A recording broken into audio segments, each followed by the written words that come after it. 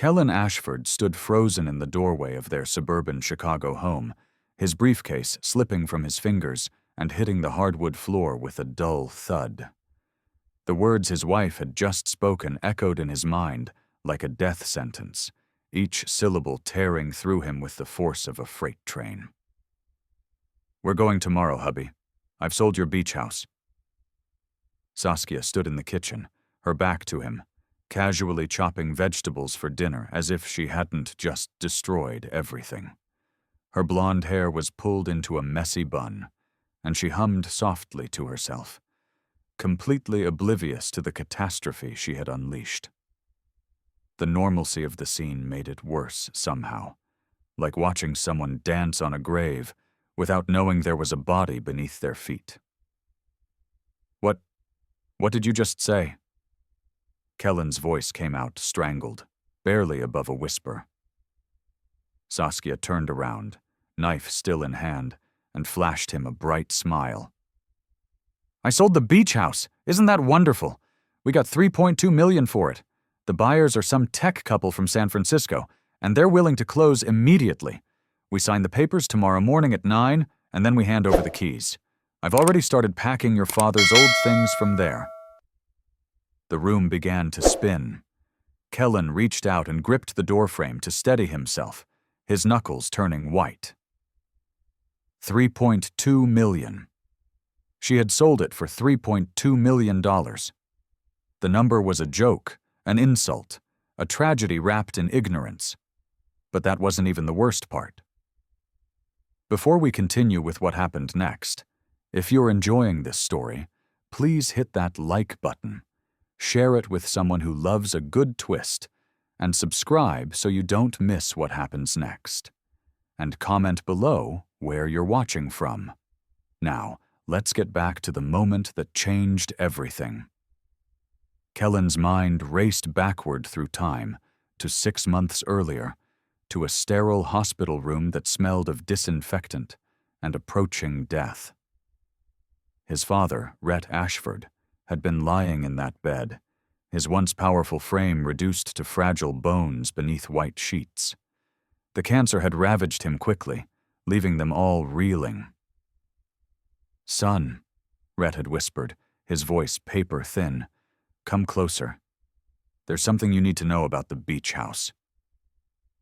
Kellen had leaned in, holding his father's cold hand, thinking this would be some sentimental speech about memories and legacy. What his father told him instead had changed everything. The beach house in Montauk wasn't just a beach house.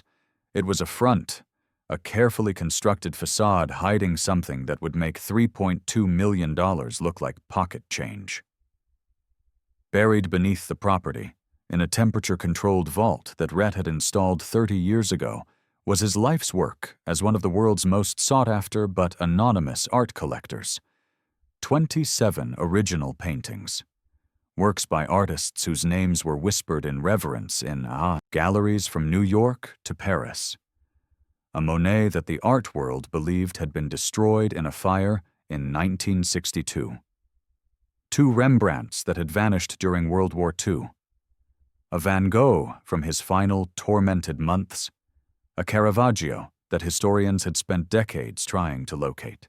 The collection was worth somewhere in the neighborhood of $800 million. $800 million.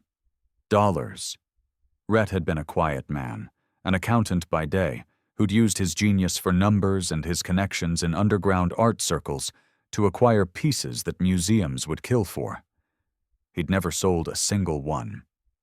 He'd simply loved them, visited them in secret, and protected them with his life.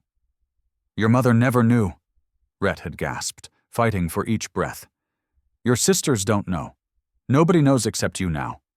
The vault is hidden beneath the floorboards in the master bedroom. The access code is your mother's birthday backward, then the year I met her. It's climate-controlled, theft-proof, completely off any grid or registration. When I'm gone, it's yours. But you have to be careful. There are people who've suspected I had a collection. Dangerous people. Promise me you'll protect it." Kellen had promised. He'd held his father's hand until the old man's final breath rattled out, taking with it decades of secrets. And now Saskia had sold the house, the vault, everything. "Kellen, are you okay? You look like you've seen a ghost." Saskia set down the knife and walked toward him, concern creasing her forehead. He wanted to scream. He wanted to grab her by the shoulders and demand to know how she could be so reckless, so presumptuous, so catastrophically stupid. But the words wouldn't come. His throat had closed up completely. When did you list it?" he finally managed. "Oh, I didn't list it, not publicly anyway." Saskia laughed, as if this made everything better. "You know my friend Bryn from yoga class? Her husband Dax is a real estate investor. I mentioned we never use the beach house anymore, and how much it must be worth, and he said he knew someone looking for exactly that kind of property. I showed them photos last week, they made an offer, and I accepted. It all happened so fast. I was going to tell you, but I wanted it to be a surprise. We can finally take that European vacation we've been talking about, and we can pay off the mortgage here, maybe even upgrade to that bigger place in Lincoln Park you've had your eye on." Each word was a nail in a coffin. Last week. She'd shown them the house last week. They'd already been inside. They'd already seen the master bedroom. And tomorrow they would own it. Tomorrow they would have legal access to every inch of the property. Did they ask to do any inspections?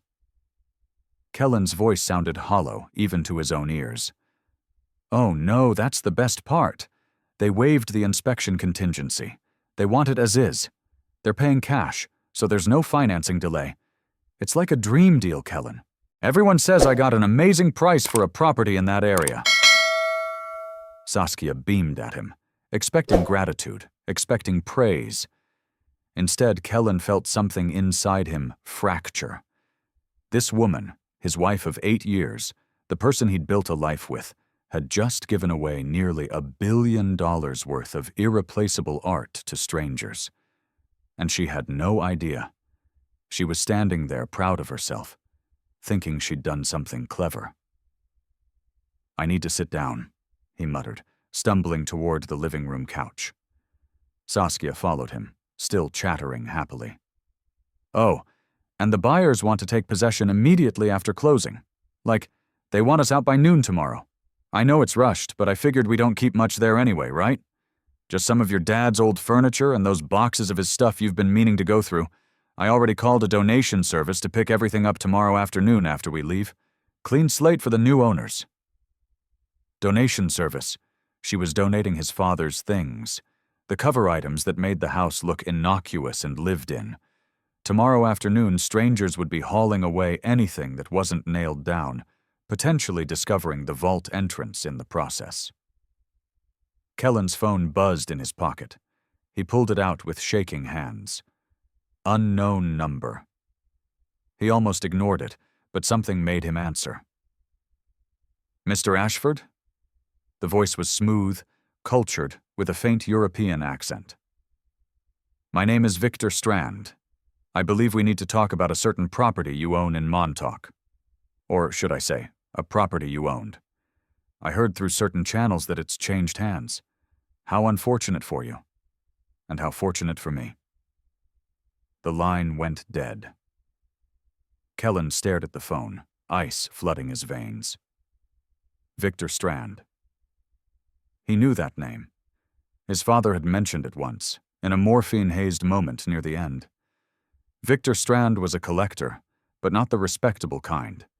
He dealt in stolen art, black market antiquities, things that disappeared from museums and resurfaced in the private vaults of oligarchs and crime lords. And somehow he knew about the sale, which meant he knew about the collection. Which meant Kellen had less than 24 hours before $800 million worth of irreplaceable art vanished into the criminal underworld forever. And there wasn't a single thing he could do about it without destroying his marriage, his life, and quite possibly ending up dead. Saskia sat down next to him and took his hand. "You're scaring me, honey. What's wrong?" I thought you'd be happy. We never used that house. Your dad's been gone for months. It's time to move on, don't you think?" Kellen looked at his wife's innocent, trusting face and realized he had a choice to make. Tell her everything and risk her reaction, risk the knowledge spreading, risk her insisting they involve the police and turning this into a circus that would alert everyone, including Victor Strand.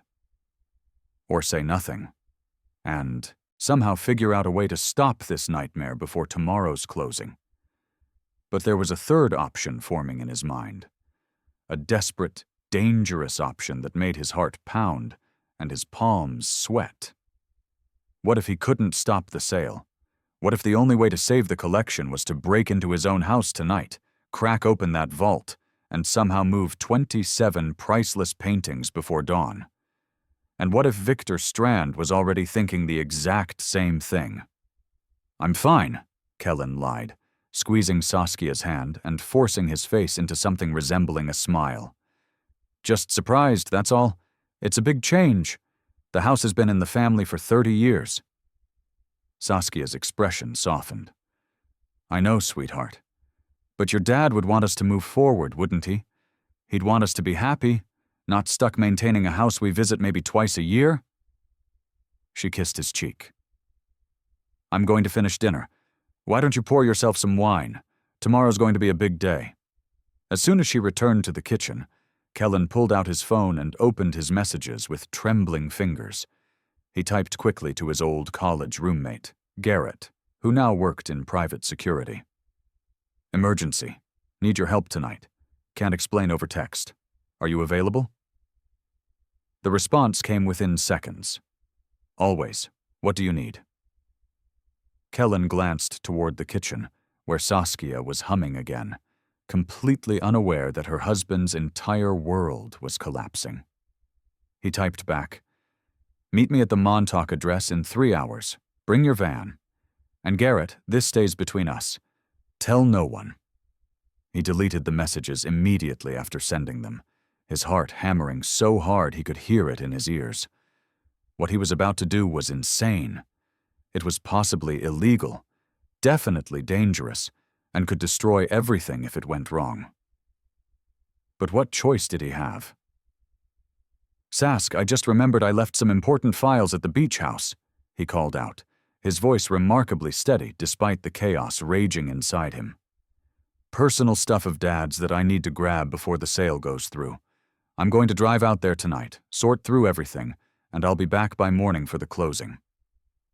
Saskia appeared in the doorway, wooden spoon in hand. "Tonight? Kellen, it's already 6:30.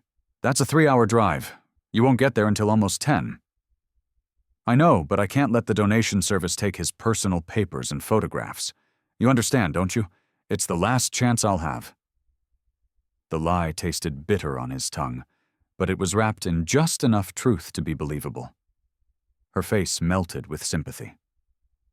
"Of course. I should have thought of that. Do you want me to come with you?" "No." The word came out too sharp, too fast. He softened it immediately. "No, honey. Stay here. Get some rest. This is something I need to do alone. You know, closure and all that." Saskia studied him for a long moment, and Kellen felt certain she could see, right through him, could see the panic and desperation written across his face. But finally, she nodded. "Okay. But drive carefully. And call me when you get there?" "I will," he promised, already moving toward their bedroom to pack a bag. 20 minutes later, Kellen was on the road, his BMW cutting through the evening traffic as he headed east toward Long Island. His mind raced faster than the car, calculating possibilities and probabilities. The vault was sophisticated, but moving its contents would require careful handling. Each painting would need to be individually wrapped, protected from temperature changes and physical damage. Some of the canvases were centuries old, fragile beyond measure, and he had maybe 5 hours to do it before Victor Strand or his people showed up, if they weren't already there. The thought made his stomach turn. He pressed harder on the accelerator. His phone rang, making him jump. Saskia's name flashed on the screen. He answered via Bluetooth. "Hey, what's up?" "I forgot to tell you," she said, her voice cheerful. "The buyers asked if they could stop by the house tonight to take some measurements. I gave them the security code. I hope that's okay? They seemed so excited."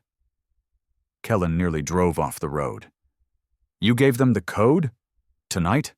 Saskia, the sale doesn't close until tomorrow." "I know, but they're paying cash and waiving inspection. It seemed harmless. They just want to start planning their renovations." "Why? Is that a problem?" Every muscle in Kellen's body had gone rigid. "What time did you tell them they could go?" "I didn't give them a specific time. Just said any time tonight was fine since we wouldn't be there." "Kellen, you're worrying me. What's going on?" He forced himself to breathe, to think. "Nothing. I wanted to be there if anyone was going through Dad's things. That's all. I'm probably being oversensitive." "You sure you're okay?" "Yeah, I'm fine. Listen, I'm hitting some traffic. I'll call you later." He ended the call and immediately dialed Garrett. "Change of plans. How fast can you get to Montauk?" "I'm already on the road, about 2 hours out. Why?" "We might have company, multiple parties. This could get complicated." There was a pause. "Kellen, what exactly are we protecting here?" "Something that's worth killing for. And I'm not being dramatic." Another pause, longer this time. "I'm bringing Nolan with me, and we're coming armed." "Good," Kellen said, and meant it. The sun was setting as he crossed onto Long Island, painting the sky in shades of orange and red that reminded him of fire, of destruction, of everything that could go wrong. He'd been to the beach house dozens of times since his father's death, always checking on the vault, always making sure everything was secure. But he'd never imagined he'd be racing against time to empty it. His phone buzzed with a text from an unknown number. "The paintings are beautiful, Mr. Ashford. Your father had exquisite taste. It would be a shame if they were damaged during, shall we say, an unfortunate incident. Perhaps we should discuss a more civilized arrangement." Victor Strand. He was already there. Kellen's blood ran cold. How? How had Strand gotten there so fast? Unless he'd been watching the house all along, waiting for exactly this moment, waiting for Rhett to die, waiting for the family to lower their guard. He typed back with shaking hands. "What do you want?" The response came immediately. "To make a deal. Pull into the driveway, come inside. Let's talk like gentlemen. And Mr. Ashford? Come alone, or your wife receives some very disturbing photographs of what happens to people who try to cheat me." The threat was clear. Victor knew where Saskia was, knew everything. Kellen's tires screeched as he took the next exit too fast. He was still 40 minutes from Montauk, and every second counted. He called Garrett again. "He's already there. Victor Strand. He's inside the house." "Who the hell is Victor Strand?" "Someone who makes people disappear. Listen, if anything happens to me, there's a letter in my safe deposit box at First National. Box 847. The key is taped under my desk drawer at home. Everything Saskia needs to know is in that letter." "Jesus, Kellen. Just promise me." "I promise. But we're going in there with you. We're 10 minutes behind you now. Don't do anything stupid before we arrive." But Kellen was already doing something stupid. He was racing toward a confrontation with a man who collected art the way serial killers collected trophies, a man who'd probably orchestrated this entire situation from the beginning. Because the more Kellen thought about it, the more the pieces fell into place. The quick sale, the buyers who waived inspection, the perfect timing. Saskia's friend Bryn and her investor husband Dax, who'd appeared in their lives only 6 months ago, right after Rhett's death. This wasn't coincidence. This was a setup. And Saskia had walked right into it, dragging their entire future behind her. The beach house appeared ahead, A sprawling modern structure perched on the dunes, all glass and steel and clean lines. Lights blazed from every window. 3 cars sat in the driveway. A black Mercedes with tinted windows, a white Lexus SUV, and a silver Tesla. Kellen parked behind them and sat for a moment, his hands gripping the steering wheel. Every instinct screamed at him to wait for Garrett, to call the police, to do anything except walk into that house. But then his phone buzzed again. This time it was a photo. Saskia leaving their house. A red laser dot centered on her back. The message below read, "Tick-tock, Mr. Ashford. Your wife has 30 seconds to live unless you walk through that door. Alone." Kellen was out of the car and running before his conscious mind could process the decision. He burst through the front door of the beach house and stopped dead. The living room had been transformed, the furniture pushed aside, and in the center of the room, spread across a series of tables covered in black cloth, were his father's paintings. All 27 of them. Uncrated, unwrapped, displayed like merchandise at an auction. And standing among them, wearing an elegant charcoal suit and an expression of profound satisfaction, was a tall man with silver hair and eyes like chips of ice. "Mr. Ashford," Victor Strand said, spreading his arms wide. "Welcome. Thank you for joining us. I was just explaining to your friends here that they've purchased something far more valuable than a beach house." He gestured to a terrified couple huddled on the couch, the tech buyers from San Francisco, bound with zip ties. "And now," Victor continued, pulling a gun from his jacket, "we're going to discuss how you're going to help me move these paintings to my buyer in Moscow, or how your wife is going to learn what it feels like to lose everything she loves, starting with you." The gun was pointed directly at Kellen's chest when the first window exploded inward, and everything went to hell. Glass shards rained down like diamonds as 2 figures in tactical gear crashed through the window, moving with military precision. Garrett and Nolan. They'd arrived just in time. Victor's gun swung toward the intruders, but Kellen was already moving. 8 years of suppressed rage, grief, and fear exploded out of him as he launched himself at the art dealer. They crashed into one of the tables, sending a Rembrandt sliding across the floor. Kellen's fist connected with Victor's jaw, and the gun clattered away across the hardwood. "Freeze!" Garrett's voice boomed through the room, his weapon trained on Victor's 2 associates who'd emerged from the kitchen. Nolan had his gun on Victor, who was now pinned beneath Kellen. "You made a mistake," Kellen gasped, his forearm pressed against Victor's throat. "You threatened my wife." Victor smiled through bloodied teeth. "And you made a mistake, Mr. Ashford. You think this ends with me? I'm just a middleman. The people who actually want these paintings, they don't take no for an answer. They don't care about collateral damage. By exposing this collection, by fighting me here tonight, you've painted a target on everyone you love." The words hit Kellen like ice water. Victor was right. The moment those paintings' existence became known, every criminal organization, every corrupt collector, every desperate art thief in the world would come for them. And they'd go through Saskia, through anyone close to him, to get what they wanted. "Sir, we need to move," Nolan said urgently. "I'm picking up multiple vehicles approaching, fast."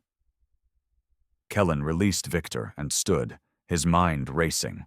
The bound couple on the couch were whimpering, clearly just innocent people who'd walked into a nightmare. Victor's associates looked ready to bolt, and outside, more danger was approaching. "Garrett, secure them," Kellen ordered, pointing to Victor and his men. Then he turned to the terrified buyers. "I'm sorry you got dragged into this. This isn't what you signed up for." What is all this?" the woman stammered, her eyes wide as she stared at the paintings surrounding them. $800 million worth of stolen history," Victor said with a laugh, wiping blood from his mouth. "And your husband just inherited the most dangerous problem in the art world. Kellen's phone buzzed. Saskia. His hands trembled as he answered. Kellen, thank God. There are men outside our house. Black SUVs. They're just sitting there, watching. I'm scared. What's happening? His worst fear confirmed. Victor hadn't been bluffing. They had people on Saskia already. Sask, listen to me very carefully. Lock every door and window right now. Go to our bedroom, lock that door too, and get in the closet. I'm calling the police. Kellen, you're terrifying me. What is going on? I'll explain everything, I promise, but right now I need you to trust me and do exactly what I say. Okay, she whispered. He could hear the fear in her voice, and it tore him apart. Okay, I'm moving. But Kellen, please tell me you're safe. I'm working on it. He ended the call and immediately dialed 911, requesting police at his Chicago address for suspicious vehicles. Then he called his lawyer, an old family friend who specialized in criminal defense. Arnold, I need you to listen carefully. I'm about to report a crime, but it's complicated. Very complicated. Through the window, Kellen could see headlights approaching up the beach road. Multiple vehicles. They had minutes at best.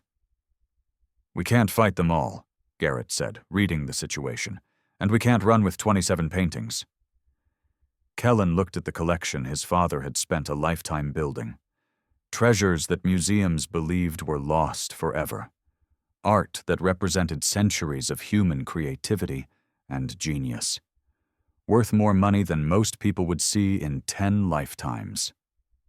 And in that moment, standing in his father's beach house with criminals closing in from all sides, and his wife terrified and alone because of his secrets, Kellen made a decision that Rhett never could have imagined. Call the FBI, he said. Art crime team. Tell them we're surrendering a collection of stolen masterpieces, and we need immediate protection. Victor's eyes widened. You're insane. You know what that means? Investigation, seizure, possible prosecution. These paintings aren't legally yours. Your father acquired them through black market channels. You'll lose everything. Maybe, Kellen said, but my wife will be safe, and these paintings will end up where they belong, in museums, where people can actually see them. Your father would be rolling in his grave, Victor spat. My father is dead because he spent 30 years looking over his shoulder, terrified someone would discover his secret. I won't live like that, and I won't let Saskia live like that either. Garrett was already on the phone with federal authorities. Nolan had moved to the window, weapon ready. The headlights were closer now, maybe a quarter-mile away. Kellen knelt beside the Monet, the one the world thought had burned. Even in the chaos, its beauty staggered him. His father had loved these paintings with a possessive, desperate love. But that love had ultimately been a prison. FBI is 15 minutes out, Garrett announced. They're sending everything, SWAT, art crime, the works. But Kellen, those cars are going to be here in 2 minutes. The next 2 minutes were the longest of Kellen's life. He stood with Garrett and Nolan at the windows, watching the vehicles approach while Victor laughed quietly from where he sat zip-tied against the wall. You've doomed yourself, Victor said. Even if the FBI protects you tonight, even if they seize the collection, you still sold the house. Those buyers still have legal claim to this property. And the moment the FBI leaves, someone else will come. Someone worse than me. Kellen turned to the couple on the couch. The sale is void.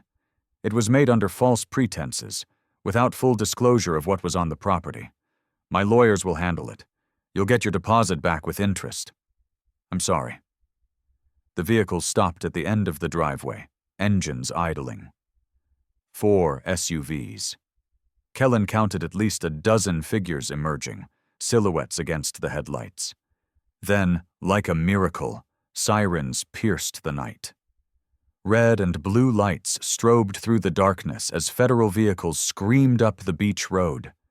The SUVs scattered like roaches, their drivers clearly unwilling to engage with federal agents. When the FBI finally breached the door, they found Kellen standing calmly among the greatest collection of stolen art in modern history, his hands raised, ready to tell them everything. The interrogation lasted 16 hours. Kellen explained everything: his father's deathbed confession, the vault, Victor's threats, the attempted theft. Federal prosecutors initially threatened charges, but when they verified the authenticity of the collection and heard about the immediate threats to Kellen's family, the tone shifted. The paintings were seized as evidence. Victor Strand and his associates were arrested on multiple federal charges. The tech couple from San Francisco flew back to California, traumatized but grateful to be alive. And Kellen was released under protective custody while the investigation continued. It was dawn when he finally made it back to Chicago, escorted by federal agents. Saskia was waiting on their front porch, her face pale and drawn, orchestrated emotional resolution and character consequences. I need to finish this chapter with the emotional resolution between Kellen and Saskia. This is the heart of the story. He has to explain everything, and she has to deal with the fact that her actions, though innocent, nearly caused a catastrophe. I need to show the consequences, the emotional fallout, but also their path forward together.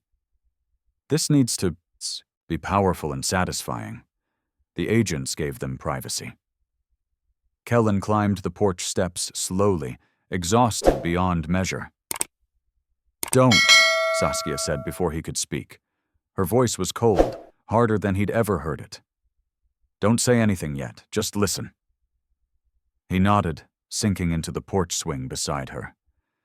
"The FBI told me everything, about your father, about the paintings, about the vault, about Victor Strand and the people who were watching our house last night."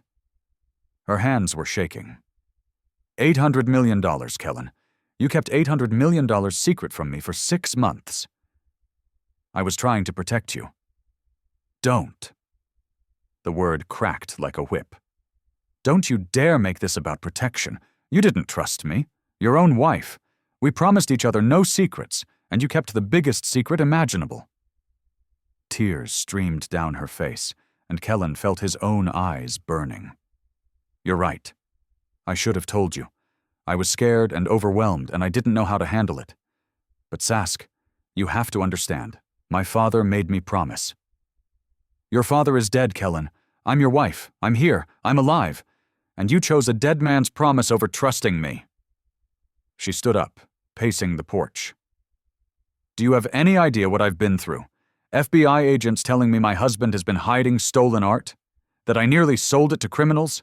That I could have been charged as an accessory? That people were planning to kill us? I know. I'm sorry. I'm so sorry. Saskia stopped pacing and looked at him, really looked at him. I sold that house because I thought we were building a future together. I thought we were partners. But how can we be partners when you keep something like this from me? The question hung in the air between them, heavy with 8 years of marriage and an uncertain future. You can't, Kellen said finally. You're absolutely right. I failed you. I failed us. And I understand if you can't forgive me. For a long moment, Saskia said nothing. She stared out at their quiet, suburban street, where neighbors were starting to emerge for their morning routines, oblivious to the nightmare that had unfolded. The FBI said the paintings are going to museums, she said finally, that they'll be returned to their countries of origin or displayed in major galleries. Is that true? Yes. Once the legal issues are resolved. Your father spent 30 years hiding them, and you're just giving them away. They were never ours to keep, Sask. My father knew that. I think he knew it his whole life. That's why he could never enjoy them, not really. He loved them, but that love made him a prisoner. Kellen stood and moved beside her. I won't be a prisoner, and I won't make you one either. Saskia's shoulders shook. I almost got us killed. If I'd known, if you'd just told me. Then you would have carried the same burden I did, the same fear, the same paranoia. He took her hand carefully, half expecting her to pull away. She didn't. Maybe I should have told you anyway. Maybe that would have been the right choice. But I was trying to protect you from a weight I barely could carry myself. We could have carried it together, she whispered. I know that now. They stood together as the sun rose higher, casting long shadows across their lawn. Federal agents sat in a car across the street, a reminder that danger still lurked. The investigation would take months, maybe years. Their lives would never be completely normal again. What happens now? Saskia asked. Now we rebuild. We learn to trust each other again. We figure out how to live without secrets. Kellen squeezed her hand. If you want to. If you think we can. Saskia was quiet for so long that Kellen's heart began to sink. But finally, she squeezed back. I'm angry, Kellen. I'm hurt. And I don't know if I can fully trust you again right away. I understand. But, she continued, turning to face him, I also know that you were trying to honor your father, that you were overwhelmed and scared, and that when it mattered most, when lives were on the line, you made the right choice. You chose transparency over greed. You chose safety over wealth. She touched his face gently. You chose us. Kellen pulled her into his arms, and they held each other as the morning light grew stronger. It wasn't forgiveness, not yet. It wasn't resolution, but it was a beginning. 3 months later, Kellen stood in the Metropolitan Museum of Art, staring at a small placard that read, Monet, Water Lilies at Dusk, 1904. Long thought destroyed, this masterpiece was recently recovered and donated anonymously, on loan from the FBI. Beside him, Saskia read the placard and smiled sadly. Your father would have hated seeing it here, available to everyone. Maybe, Kellen said, or maybe he would have been relieved. We'll never know. Around them, families and students and art lovers gazed at the painting, experiencing beauty that had been locked in darkness for decades. Children pointed at the colors.